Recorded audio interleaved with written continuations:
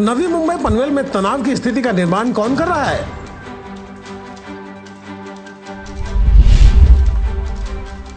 जय श्री राम का नारा लगाने वाले किसी साजिश का हिस्सा थे क्या?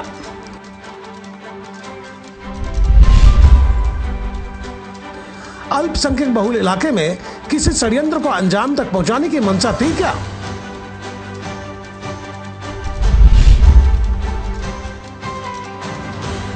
क्यों बार बार अल्पसंख्यक समुदाय के मोहल्ले में हिंदूवादी संगठन पहुंचती है, वजह क्या है? दोस्तों नमस्कार। नवी मुंबई पनवेल में शिव जयंती के अवसर पर कुछ अनैतिक तत्व अपने नापाक इरादों को अंजाम तक पहुंचाने का प्रयत्न किए। यह आरोप हम नहीं लगा रहे हैं, बल्कि अल्पसंख्यक समुदाय के लोगों ने हमें बताए। उन सबको कहना था कि हिंदूवादी संगठन के कुछ अति उत्साही युवक अल्पसंख्यक समुदाय के मोहल्ले में पहुंचकर मस्जिद के पास जय श्री राम के नारे लगाते रहे हैं। उनकी यह पहली हरकत नहीं है, इससे पहले भी कई बार इस तरह का प्रयास की जा चुकी है। पर अल्पसंख्यक समुदाय के नागरिक हर बार संयम का परिचय देते हुए अनैतिक तत्वों के मंसूबों पर पानी फेरते रहे हैं। पर सवाल उठता है, उनके सब्र का बांध जिस दिन टूटा तब क्या होगा और इसका हल क्या है? वो कौन लोग हैं? वह किसके बहकावे में समाज में तनाव बढ़ाना चाहते हैं? वो कौन लोग हैं जिन्हें समाज में अमन शांति नहीं देखी जा रही है? वह कौन है जो दो समुदाय को दंगे की आग में झोंकने की साजिश कर रहे हैं? यह जानना बेहद जरूरी है ताकि दो समुदाय को दंगे की आग में झोंकने से बचाया जा सके और समाज में अमन शांति बनी रहे।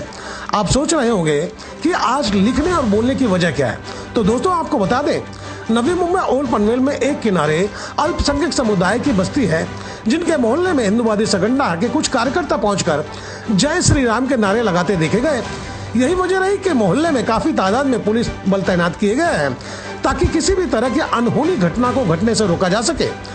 पर सवाल उठता है कि घटना घट जाने के बाद पुलिस घटनास्थल पर पहुंच जाती है ताकि शांति व्यवस्था समाज की बनी रहे। क्या इसी तरह से शांति कायम की जा सकती है? नवी मुंबई पुलिस जब नागरिकों को पुलिस थाने बुलाकर यह समझाती है कि अगर आप समाज में कुछ गलत होते देखते हैं तो आप 112 नंबर पर पुलिस को जानकारी दे सकते हैं। बेखौफ होकर पुलिस को सहयोग करें, तो क्यों नहीं हिंदू मुसलमान की राजनीति करने वाले धर्म के ठेकेदारों को बुलाकर उन्हें कानूनी पाठ पढ़ाते हैं ताकि धर्म के नाम पर समाज को बांटने की राजनीति जो करते पाए जाएंगे उन पर कानूनी शिकंजा कसा जा सके। आपको नहीं लगता कि नवी मुंबई पुलिस ऐसा प्रयोग करती है तो धर्म की राजनीति करने वालों के मंसूबों पर लगाम लगेगा? यह मेरा सुझाव भर है, न कि पुलिस को कोई आदेश। शिव जयंती के अवसर पर पनवेल के अल्पसंख्यक समुदाय के मोहल्ले में कुछ युवक इसी तरह से पहुंचे थे, पर गनीमत रही कि किसी ने आग में घी नहीं डाला। नहीं तो आज की ताजा खबर यही चल रही होती कि धर्म के नाम पर कितने लोग दंगे की आग में झोंक दिए गए और कितने शिकार बने। हमारे देश के संवैधानिक पद पर बैठे हुए नेता भी धर्म की राजनीति करते सांसद में इस तरह के बयान दे रहे हैं जो सोशल मीडिया में सुर्खियां बटोर रही है, जबकि वही नेता जिन्होंने संविधान का शपथ लेकर संवैधानिक पद पर विराजे हैं और अपने शपथ को भूल धर्म की राजनीति कर रहे हैं। वहीं हकीकत भी यही है कि 2014 के बाद धर्म की राजनीति करने में सबसे ज्यादा मुखर भाजपा ही रही है। तब आप ही बताएंगे क्या औचित्य रह गया संविधान की शपथ का? खैर, मैं इस बहस का हिस्सा नहीं बनना चाहता, पर अब जिस तरह से नवी मुंबई के पनवेल शहर को धर्म का अखाड़ा बनाने की योजना बनाई जा रही है, इस पर अंकुश लगना बेहद जरूरी है। मुझे लगता है कि नवी मुंबई पुलिस दोनों कौम के लोगों से संवाद कर मुद्दे का हल निकाल सकती है, इसमें दो राय नहीं है। शिव जयंती के बाद से पनवेल मोहल्ले की सुरक्षा व्यवस्था को सुदृढ़ बनाने के लिए कई पुलिसकर्मियों को तैनात किया गया है और हकीकत भी यह है कि तब से लेकर अब तक कोई अप्रिय घटना नहीं घटी है। वहीं अल्पसंख्यक समुदाय के लोग पुलिस उपायुक्त से मिलने पहुंचे थे, जिनसे हम बात किए। उनके बातों से साफ झलक रहा था कि काफी संतुलित जवाब दे रहे थे, क्योंकि मामला काफी संवेदनशील था। यही वजह है कि सभी मुखर होकर नहीं बोले। खैर, सुने उनका क्या कहना था। ललित जी, ये बताएं कि जिस तरह से देखा जा रहा है कि मोहल्ले के काफी लोगों के साथ आप डीसी ऑफिस पहुंच गए, ऐसी क्या खास बात थी और किन मुद्दों को लेकर आप यहाँ पर आए हुए थे? कल शिव जयंती थी जी।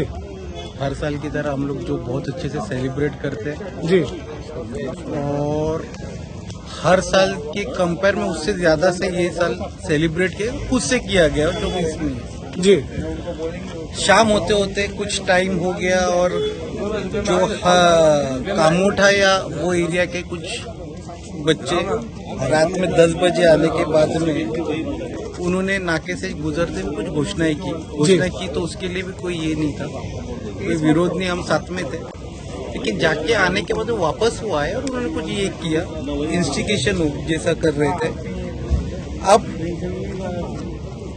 वो रास्ता काफी छोटा था, उनको शायद वापस जाना था। वापस जाने में कुछ टर्न लेने में कुछ बाइक गिर गई, बच्चे जमा थे, पुलिस थी और अच्छे से उसको स्कैटर्ड करके हम लोगों ने ये कर दिया। बाकी ऐसा कोई इंसिडेंट नहीं हुआ। लोगों ने अगर रूमर्स या अफवाह कुछ फैलाए तो गलत बात है, ऐसा कोई इंसिडेंट हुआ नहीं है। और वही करने के लिए सर ने हमको बुलाया था कि एक पनवेल का अच्छा माहौल है, आप लोग को उसमें मेंटेन करना चाहिए, हेल्प करना चाहिए और हमेशा की तरह पुलिस का साथ देना चाहिए, ये बताने के लिए उन्होंने बुलाया। जी, देखा ये गया कि इससे पहले भी कुछ अति उत्साही युवकों ने मोटरसाइकिल लेकर उसी मोहल्ले में जय श्री राम के नारे लगाते देखे गए। इसके पहले भी तनाव हो चुकी है। तो क्या आपको लगता है कि इस मामले को देखते हुए, गंभीरता को देखते हुए इसकी शिकायत दर्ज की जानी चाहिए कि माहौल बिगाड़ने की कहीं साजिश तो नहीं रची जा रही है? सर देखो, माहौल बिगाड़ने की साजिश तो सिर्फ बोलने के लिए बोल दो ऐसा तो नहीं हो सकता है जी, क्योंकि हमारे पास इसके कोई प्रमाण नहीं और कोई ये नहीं है। ये समझ में आता है कि ये जो कल का इंसिडेंट था ये कुछ लोगों के तरफ से किया हुआ था, ऐसा कोई इंटेंशनली तो नहीं नजर आया था जी। बात रही 22 जनवरी की, तो कोर्ट का मैटर है, कोर्ट ने उसका जजमेंट दे चुका है, तो मैं उस पर ज्यादा कुछ बोल नहीं पाऊंगा। लेकिन हम वापस से वही बोलते हैं, हम दिन भर शिव जयंती सेलिब्रेट करते हैं, आगे भी करते हैं और करते रहेंगे। सिर्फ हमारा ये बोलना है कि अगर बड़ी रैली आती है तो प्रॉपर बाइक रैली की परमिशन ली जाए, जिससे लोगों को रूट और टाइमिंग पता चले और वो हिसाब से उसको हैंडल किया जाए। जनाब ये बताएं कि आप उस इलाके के नगर सेवक हो और जिस तरह बार बार ये घटना घट रही है कि अति उत्साही युवक जहाँ पे 98% मुस्लिम लोग रहते हैं, उसी मोहल्ले में बार बार आते हैं और श्री राम का नारा लगाते हैं, आपको नहीं लगता कि इससे शांति व्यवस्था भंग हो सकती है, माहौल बिगड़ सकता है? मैं एक ही बात बोल रहा हूँ, जय श्री राम का नारा लगाने से कोई किसी को तकलीफ नहीं है जी। जितने नारे लगाए, जितने बार भी आ जाए, लेकिन क्या होता है कुछ बच्चे लोग ऐसे रहते, वो इंटेंशनली करते और फिर दो लोग करते तो बाकी सबको भोगना पड़ता है। किसी का इंटेंशन नहीं रहता, लेकिन यंग बच्चे रहते हैं, यंग जनरेशन रहता है, लोग गलत इंटेंशन से उनका ये नहीं, लेकिन वो क्या बोले जी। तो लगता नहीं कि ये उकसाने वाला काम था, अगर बात बिगड़ जाती तो माहौल खराब हो सकता था? कुछ बच्चे रहते बच्चे ऐसे जो आके उधर जो गलत बात करते उसकी वजह से ये प्रॉब्लम शुरू होते। जी। बाकी मुसलमान एरिया में देखो, महाराज कोई हिंदुओं के नहीं है, मुसलमानों के भी है, क्रिश्चियनों के भी है, सिख के भी है, ईसाई के भी है, सबों के।